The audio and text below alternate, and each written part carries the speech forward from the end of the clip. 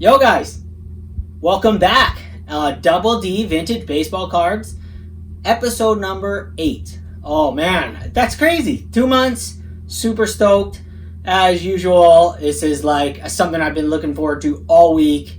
I get to hang out with my baseball cards and hang out with the YouTube community and talk about the thing we love. Tonight's really awesome. I've been thinking about so many episodes and I just go through my head and I had something different planned as of like 4 days ago. And then I'm going to do something totally different. So tonight I'm going deeper into why I love baseball cards, where I got started, what is my favorite Topps design of all time, just my experience in baseball cards and why I love vintage specifically. And a lot of these cards up here mean so much to me. They're part of my life history, and the lessons I've learned through them. It's weird to say that about baseball cards, but you guys all know how I feel, which is so cool. I don't have to, say anything you guys don't understand. I can be myself on here and just let loose. So cat's out of the bag. Like, a couple of my friends have seen this on my YouTube, and they finally see how deep I am and have been my whole life into baseball cards. They've always known it. I've talked about it my whole life. Every person who's ever known me knows I've collected baseball cards, but this is way past that. So a lot of these cards here, I'm going to tell the story of certain cards up here, and some cards that are just, they're those cards that when I was a kid, I would see them on like magazines like this. I don't know if you guys remember these. I mean, I had mine. This isn't my original one. My original one's packaged up, but I bought this like a year ago or something like that to look through it, and oh man, mine was so highlighted up. If you could, any card in this whole book at one time I knew the price of. I was so into it back then, and I have my baseball card report that's up on my wall up there, and I was gonna grab it and bring it down, but I'll save that. I have all kinds of cool questions in here. It's like a question and answer type report to yourself, a hobby report. So, but yeah, and then, things like this book right here, just incredible. I get a lot of my ideas going through books like this. This is just the greatest book in the world. I'm sure most of you guys have it. I think it was James Ely. No, it was, I forgot who it was. I'm sorry, I forgot your name. He loves Wade Boggs cards. Super great show. Oh, I should have had my list with me. Anyways, he had one of these in the background, but of pre-war, and so I was all excited about it. But this has every Topps card ever made, all the way up to, what year is this one up to? I don't know, 71. Oh wait, 85. So everything in here, I'll look through it and just get ideas of what I'm going to collect through here. Things like that. So that's kind of the stuff I'm going to talk about tonight.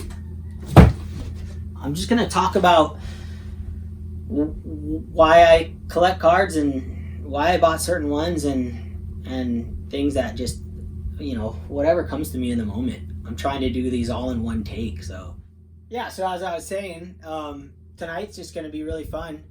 I'll get to just gonna talk about anything that comes to me at the moment. A lot of these cards I haven't, seen in a while, because most of our collections are pretty big, and mine's pretty big, so you don't see them and then you pull them out, or you remember things.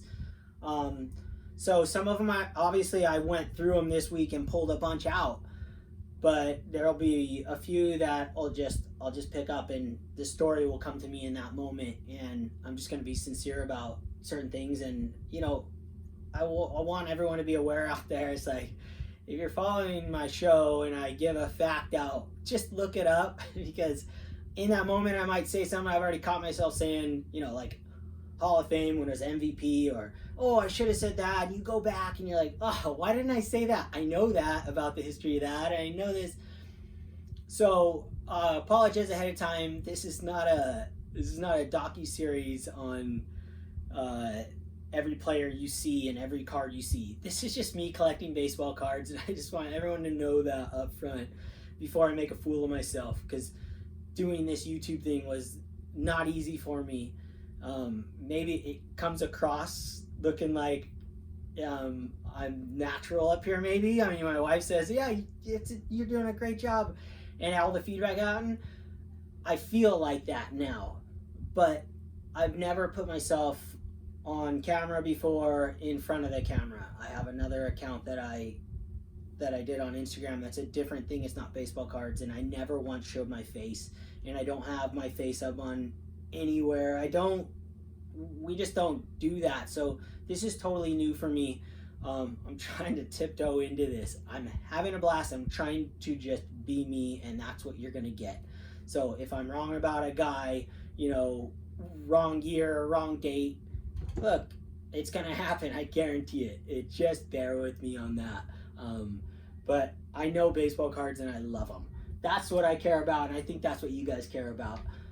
So yeah, check this guy out too. Talk about these old magazines. You know what's super cool about these magazines is that I actually bought this one recently. I had one of these when I was younger too. This is 1988. I bought this visiting my sister in Washington with my wife. We went to this place called Ron's somewhere in Washington, and so I bought this for the plane ride, and I wanted to see the price differences between the stuff I'm buying now and what the prices are now. And it was really cool to realize that, I mean, there's still things out there that have not gone up. And all the way back in 1988, and if you look at like Stan Musial's cards, his cards in here are worth way more than like a Hank Aaron, or, I don't know, way more, but they're worth more. And then Roberto Clemente, and of course Jackie Robinson, like, things have fluctuated so much, and those guys have been done playing for decades. I mean, 1988, they're all finished. But it's so cool to go back and look at the prices in these to kind of realize, like, wow, if you're buying, like, say you're buying, a bunch of Stan Musial cards, you're getting a killer deal. You're paying almost the same price as you paid back then for some of these raw cards, and the grades were, there were no graded cards in 88. So it's really a fun tool. I think it's a good learning tool too, and you can find out what has gone up and what you missed out on, and be like, or you sold that, but that doesn't matter.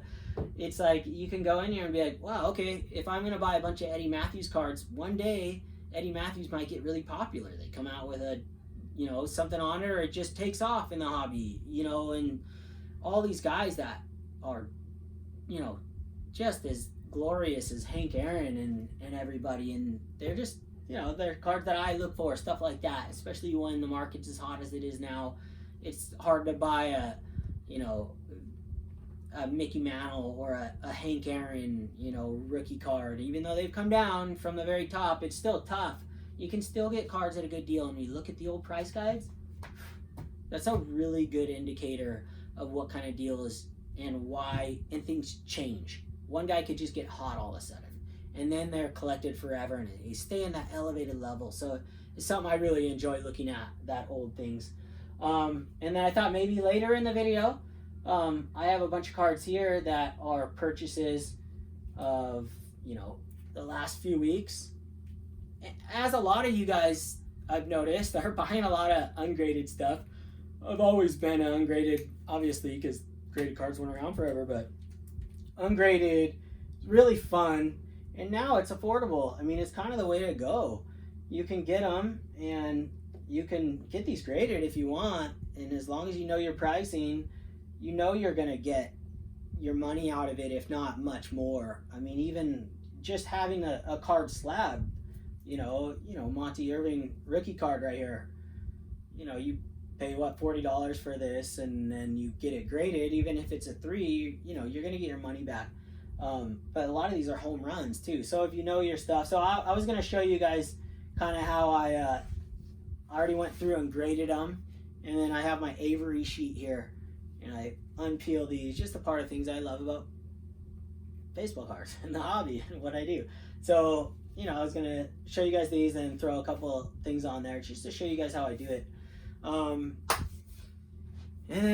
Yeah, so that's the episode today. I'm gonna take you guys much closer in and dive into these cards, because that's why we're here. I want to see a lot of these cards up close. I mean, I've got some cards up here. They're not my most expensive cards, but every card that is seen right here just has a special place for me in my collection and always will, regardless if it's the exact card or just the card, like the exact cardboard because I had it since I was a kid, or just I always have to have this rookie card. I could upgrade it and sell, one, it's okay. Some I'm attached to forever. The piece of cardboard will never leave. So that's what we're going to talk about tonight. Super fired up, super stoked. Thank you guys so much for watching my channel, and let's dive in deeper. Okay. Woo! Well, you know what? Actually, while I'm right here, since I can see a couple of the cards, I might stand up a little bit right here. Maybe I'll tell a little bit of stories before I zoom you guys in. So let's start right here on this page. If you can see this, I'm sure you can. I hope so, otherwise I have to refilm it, which I don't want to do. These guys right here are awesome. These 4 cards specifically. I don't know if, I know some of you guys out there are aware of the Golden West Swap Meet. When I was a kid, it was in Huntington Beach, and your dream is to find cards, a box of old cards as a kid and pay $10 for them and you just get magic. Well, this happened a little later in life. These 4 cards, not the only ones I pulled in this, but there was a lot. Just a guy had all this stuff out there, and then there was baseball cards in a box. Pretty big box. I think I paid around $150. I actually had to go home and get more money. He knew nothing about baseball cards, and I was taking a gamble at the time, possibly overpaying at the time even. But years later, when I went through them, I had so many Hall of Famer cards, and these are insane cards. I had a whole bunch. It was probably around 96 to 2000. I don't know exactly when, but there were Kobe Bryant rookie cards in there. That was the newest card in there, were Kobe Bryant's. But there was a ton of vintage. And these 4 cards right here specifically were in there. And I was so fired up on those back then.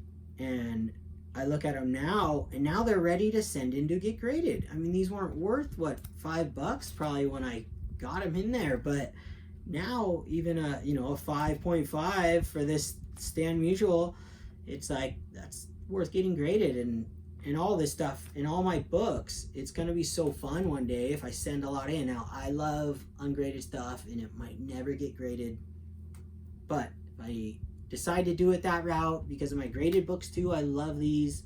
It could happen one day. But yeah, Golden West, I scored like one of those dreams, like that book, 20,000 Cards Under the Sea, something like that. My friend pointed that book out to me, and it was awesome. It's a kid book. But yeah, this was a huge find for me, these 4 cards. So that's where we're going with this episode, and where I got all these guys right here. This, oh my gosh, Bob Gibson 1963. So yeah, let's dive in, let's get close. I'll take you guys detailed look at this stuff. So thanks for watching, and we'll be right back 1 second. Okay, shaka. All right guys, welcome back. I am going to start it off with a card that means this is what started it all. This card right here, this 1963 Bob Gibson. Now I had been interested in vintage cards forever, since I first started collecting cards in 86, 87, maybe even earlier, but those are my main memories, is 86, 87. But with that said, this was the first vintage card I got that was in really good condition. So I have a picture somewhere of this. I got this for Christmas from my aunt and uncle. My uncle's name is Mike, and he has he has a museum at his house, and my aunt and him, and he had a set of 63 Fleer, and he knew I was into baseball cards, and I must have been 10 or 12 years old. I want to say probably 12. Well, he had a set at his house in a binder, and he wasn't a baseball card collector like I was saying, but he had it, and he showed it to me, and I was just blown away. And that's kind of how the museum wall is, I fed off that because he had a ladder that went across and everything. But anyways, Christmas came around, and he gave me this card, ungraded. And it was just glorious. It was like, this is my prized possession of cards. If there's any card, this is the last card that will ever leave my possession, ever. I will never ever sell this card. This card, obviously, when I got it, was ungraded, and like I was saying in other videos, I've only gotten 3 cards or 4 cards, I believe it was 3, graded in my entire life, and they were by PSA, and that was back when PSA started, or might have been a few years after, but I'm putting the date around 98 or 99, something like that. And I got it graded, and it came back a 7, and I was like, oh my gosh, I thought it was a 10. And that's how my graded collection got started, was this Bob Gibson 1963 Fleer. That's when the rabbit hole opened for me, and I just completely went down the graded vintage card rabbit hole. So yeah, this card just means this is it. This is my number one guy right here. I'm glad to see it again. He's been put away. I take him off the wall because sometimes you want to see other history, and it's good to take things away from yourself and then give you that pleasure later again. So put him up. Put him on this stand right here. I take the sleeves off. I'll put all the sleeves back on later. Just films better when the sleeves are off. So the next card I will do, oh man, this next one's one of those cards. I slipped it in the second position. Oh, let me take the sleeve off. It's just this iconic, I don't care about using that word iconic card. It is an iconic card, but it's one of those cards as a kid that I never thought in my entire life I'd ever own one, first and foremost. But it was one of those that it's just the coolest looking card. I mean, look at that. Ernie Banks 1954 Topps rookie card.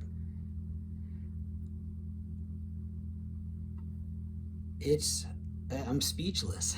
It's kind of it takes me back to that place, like that time when I was a kid, that I would see this card and there was no chance I'd ever own it. You're a kid. It was, I don't know what it was then, but maybe $200. And it's just an incredible card, and I'm so happy to own this card. And this was a card I purchased in the flesh from a collector that I know, and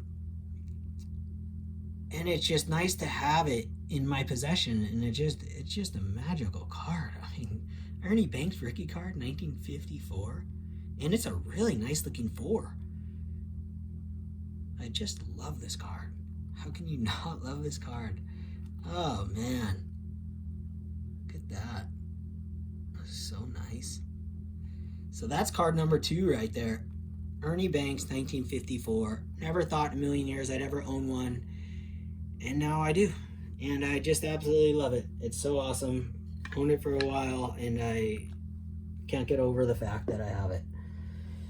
Next card here. This card right here, this is a cool card because this is kind of this was a teaching lesson to myself to purchase, and during the pandemic I purchased this card.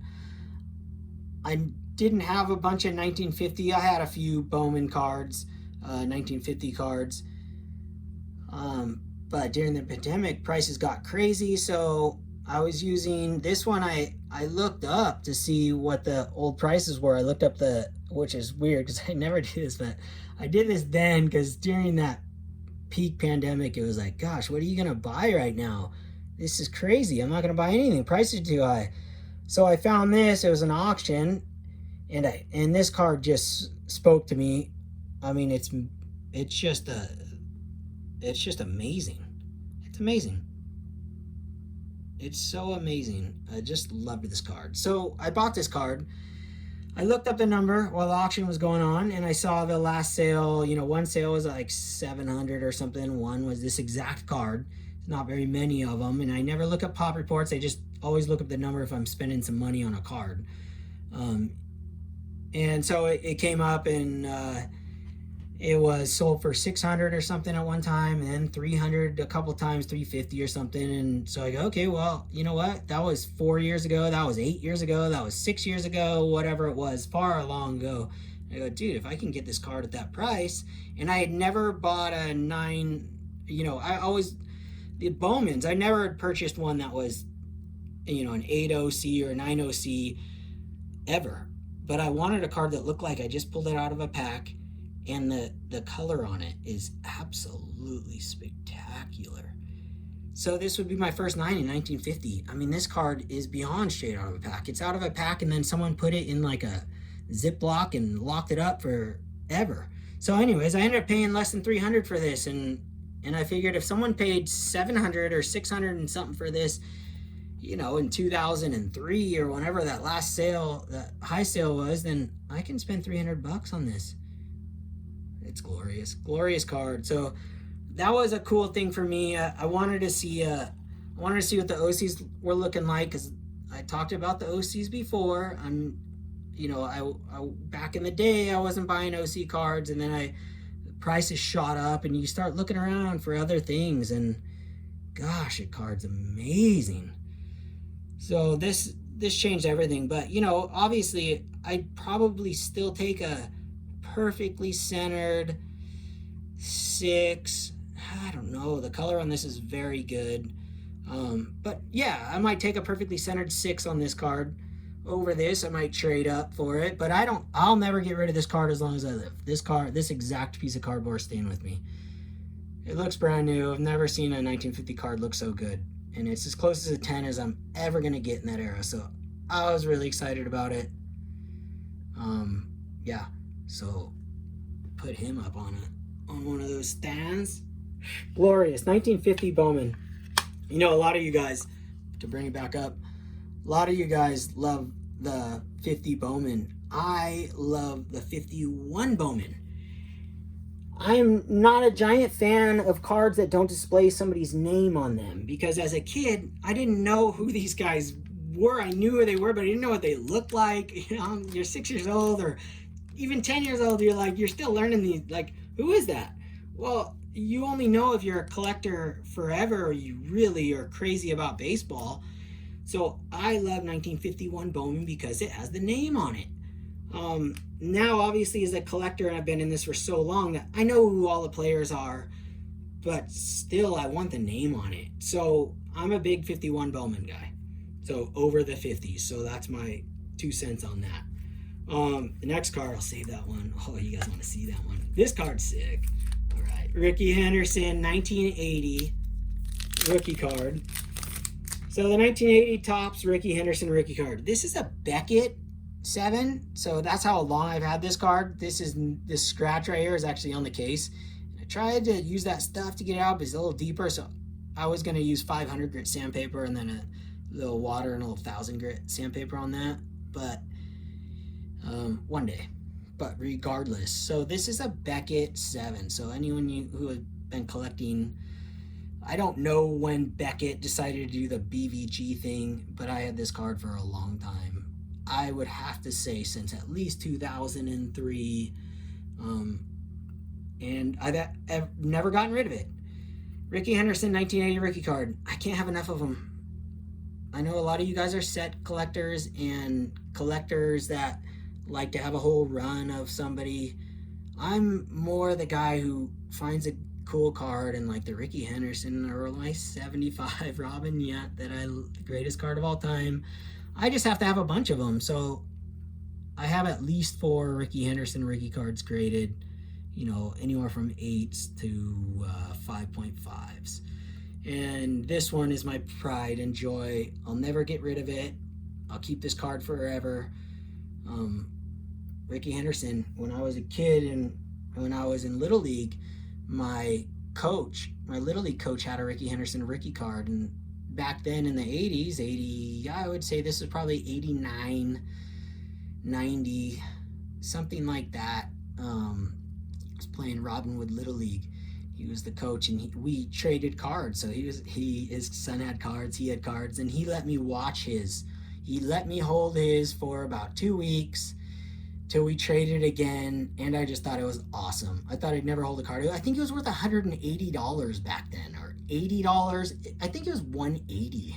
It's actually one of those cards that you look up in the old Beckett, and you can buy it now cheaper than you can then. So another thing that you can keep buying is Ricky Henderson rookie cards. I mean, they were more expensive back then than they are now.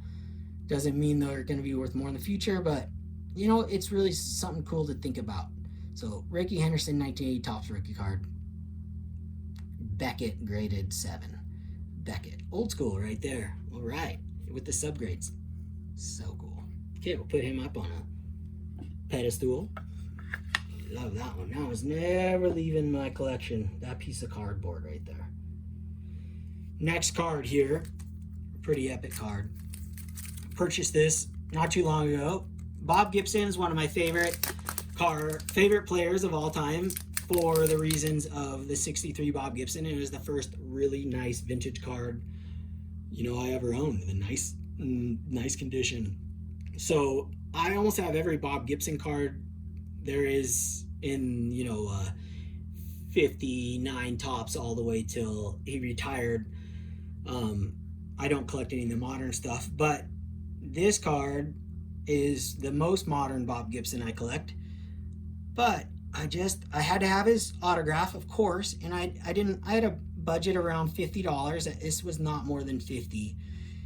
And I just thought this card was epic. You know me and the cards that have a card on the card.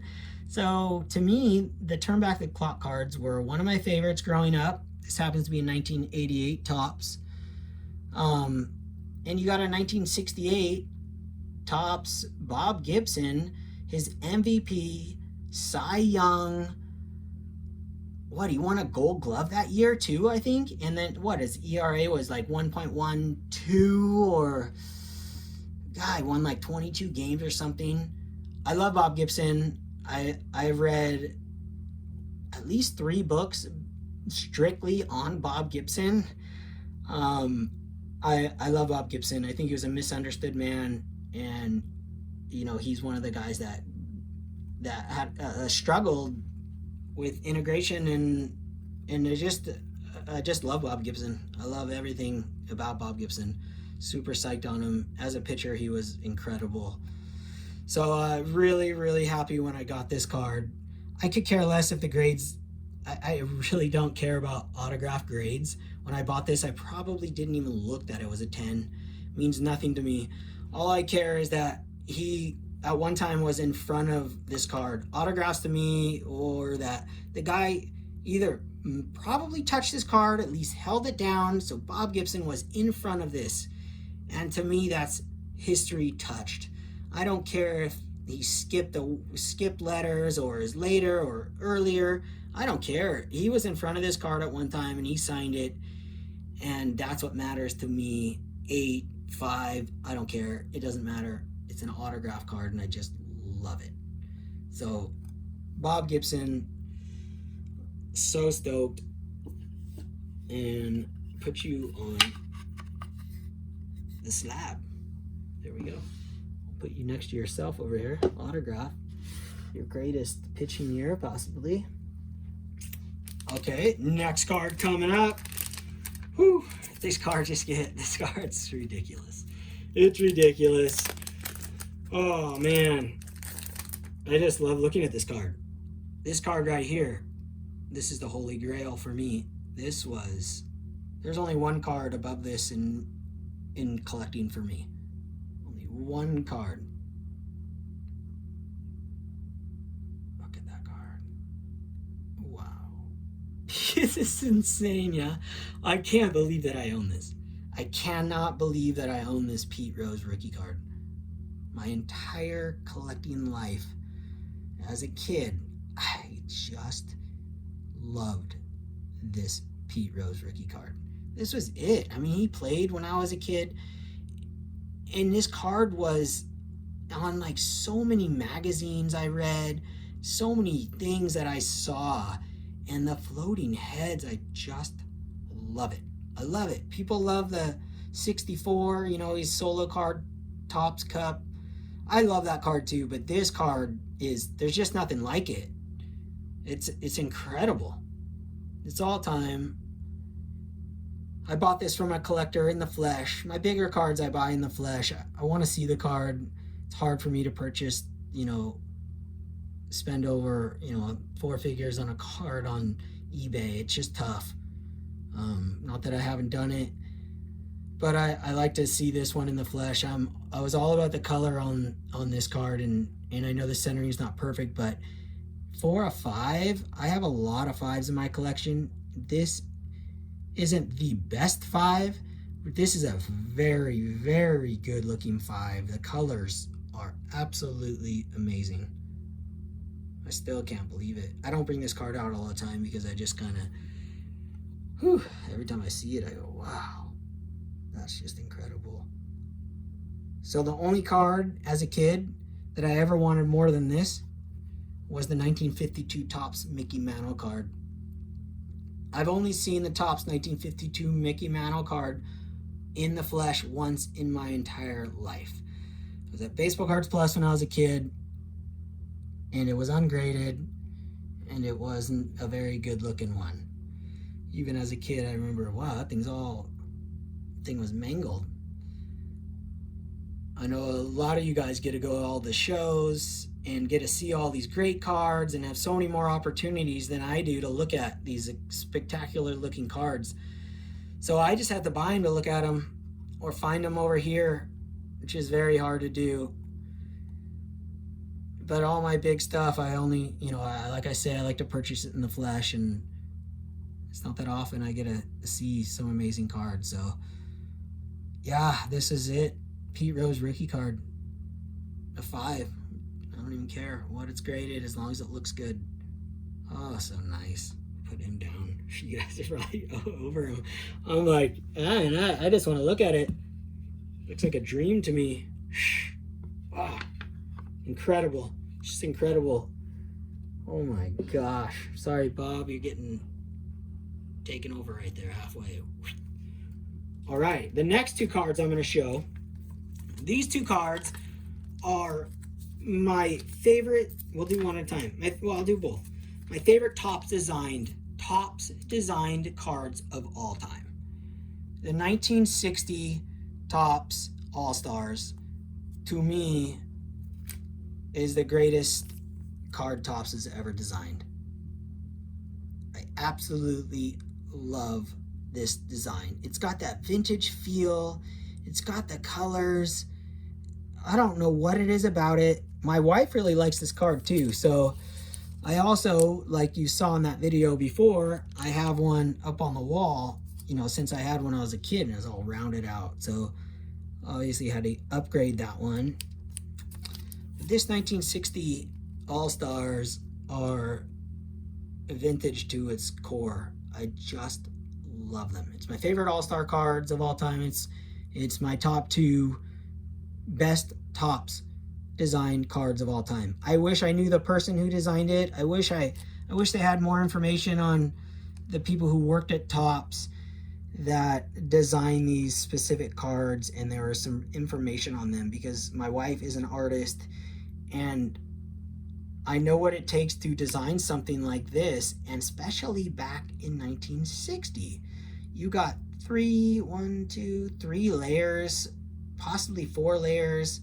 You got the fake shadow. I mean, they had to cut stuff out back then. I don't know the technology back then, but even now, to design a card that looked like this, they copy them in Topps archives and stuff. So to me, this is just unbelievable. If anyone has the history of who the designer was and any more knowledge about the design of this year, You know, it's just spectacular.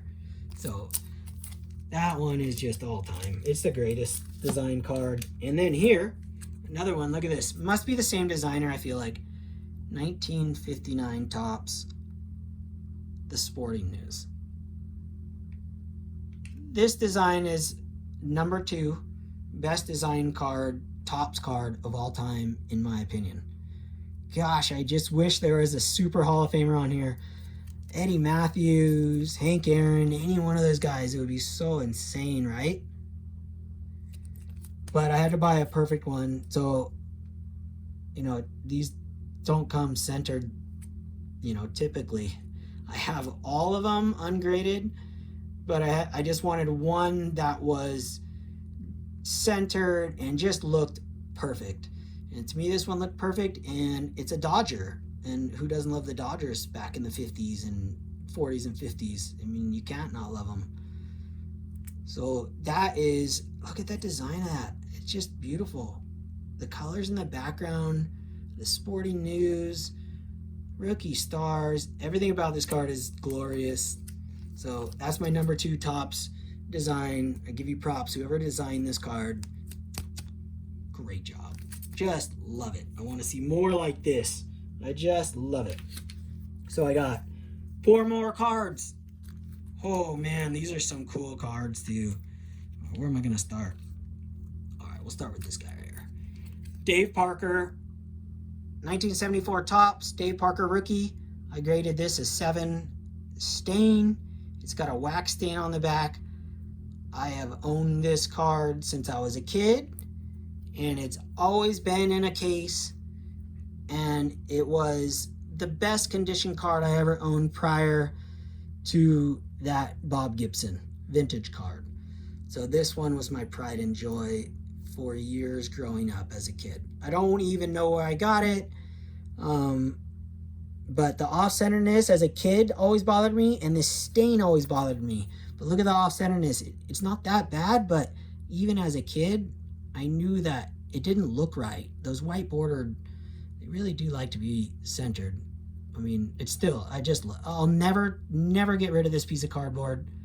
I have a couple very nice Dave Parker rookie cards that I have upgraded, but this piece of cardboard right here, this one never leaves. Just love it. We'll lay him down right here. Oh, we'll put him right here. Throw on one of those guys. Next card here. I've had this card for over, probably 20 something years. Hank Aaron, 1972 Topps. And this card is incredible. One day I'm going to send this in to get graded. It is a really nice card. I don't know if you guys have ever noticed, and I'm sure somebody out there has made a video all about this, but I stare at my cards all the time on my wall, and I have every Topps card ever made every year, up to 1979 on one of the walls. And I realized that only 1952 Topps and 1972 Topps during that time does not list the position on the front of the card. Blew my mind. I just figured that out a couple weeks ago, and I go, wait, I was looking at my Roberto Clemente. He's on the wall, and I go, there's no position on that one. And my wife's just like, I stare at him for hours every night. And I always just say, I'm going to find something new every time. And I do. And that blew my mind. There is no reference of position on the top of the 1972 cards. And that really blew my mind. So I don't know if you guys noticed that, but yeah, that's the truth right there. Someone do a video on it. I'm not going to go dive into that one, but yeah, love this card. Never leave it in my possession. I'll keep it forever. One of my earlier 72 Topps cards I've ever owned. Keep that guy. Hank Aaron. Beautiful. Probably a 7 or an 8. Maybe higher. This next card, 1969 Reggie Jackson. Look at the color on it. This card's all about the color. I know there's plenty of Reggie Jackson rookie card lovers out there, and I am one of them.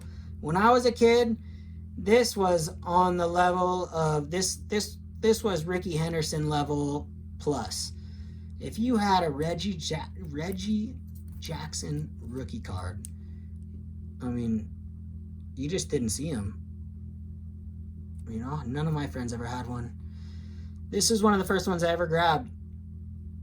And this is another one of those cards that, first and foremost, I have to buy them. When I see a nice one, I buy them. I have quite a few of these cards.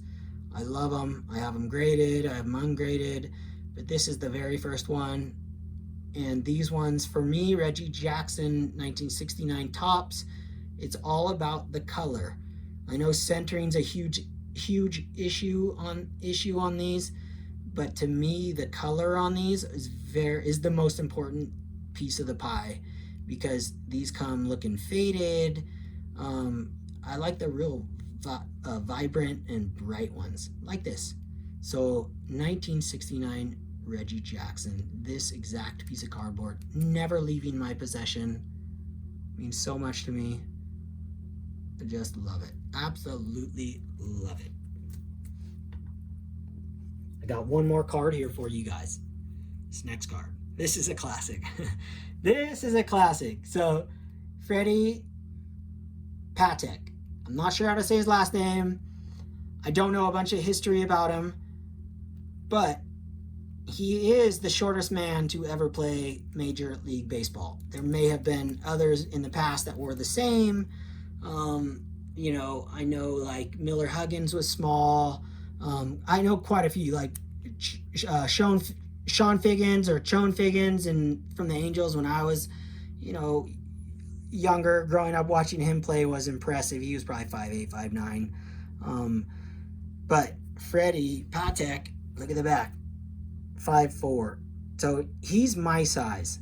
I just wish somebody would have said, hey, don't worry about your size. Just go after it. Play baseball. Go for it. That's one of those regrets. I wish I would have played baseball longer and stuck with it. I was really good. And I mean, I can't regret it too far because I did quit it for surfing. So I just didn't go pro in surfing like I wanted. So maybe I could have made it in baseball. I was quite good at it. So this is one of those cards. I just had to have it. Just love it. And then look at the back. It's so cool. Look at baseball card. I mean, it just like, I bought this card because he's the shortest guy to ever play baseball. And I go, oh, I gotta have his card. And then the card I get, the only card of his I buy, baseball card collectors convention are held nationwide each year. I read it earlier again, and it took me a while. I was trying to read it through the camera. Isn't that classic? It's a baseball card thing. Baseball card themed, shortest guy to ever play baseball card that I randomly bought at just school. Just an awesome card. So, Freddie, you're a hero of mine. Super stoked. You made my collection, and you'll be in my collection forever. So, great job. To me, you're a hero. Super psyched. So that's all for the close-up cards. Thank you guys so much for watching. I'm gonna throw this in front here. Give this a little plug. As you guys know, I sell on eBay, and I'm a top seller. I've been selling on there for over 20 years, and you can use this code to purchase cards up to $20 for 10% off. It's not a huge discount, but come check it out. And if you do buy something from me, let me know. Send me a message telling me you're from YouTube and you watch my channel, and I'll send you something else. I love other collectors, and that's what I sell to. All my cards, I mean, I do sell some of my collection on there as well. I always like upgrade cards and switch cards, so I've done that my whole life. These are the cards that I'll never trade the piece of cardboard ever again, but I might sell other Reggie Jacksons. And anyways, you can find them on there. So if you ever want to own a card that I have out of my collection, could be on here. And then the other stuff, there's a lot of guys out there that are player collectors, And I do not collect any of the modern stuff, anywhere from, after 87. I don't collect any of it. And I have tons of it, and I slowly put it up for sale. I had been buying cards that whole time, boxes, opening them up. And I have, loads, thousands of Mickey Mantle inserts and all the Hall of Famer inserts, and slowly I'll be listing more and more. So I have thousands and thousands up. So a lot of you guys might really love my stuff. So if you follow me, check it out, let me know. Maybe I'll hook you up with a couple of free ones and give you the card. Whatever.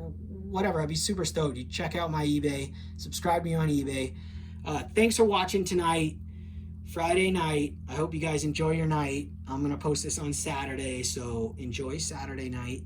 And subscribe and hit the like button and comments on what your favorite card you saw tonight was.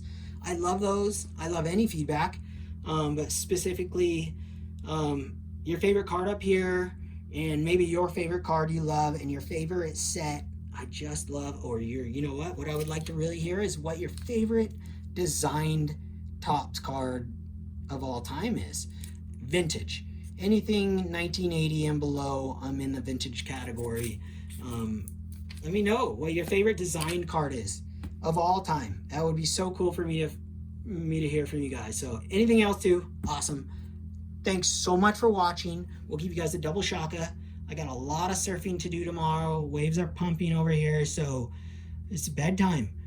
So stoked. Cannot wait for next week. Gonna have another epic show. Okay, have a nice night. Later.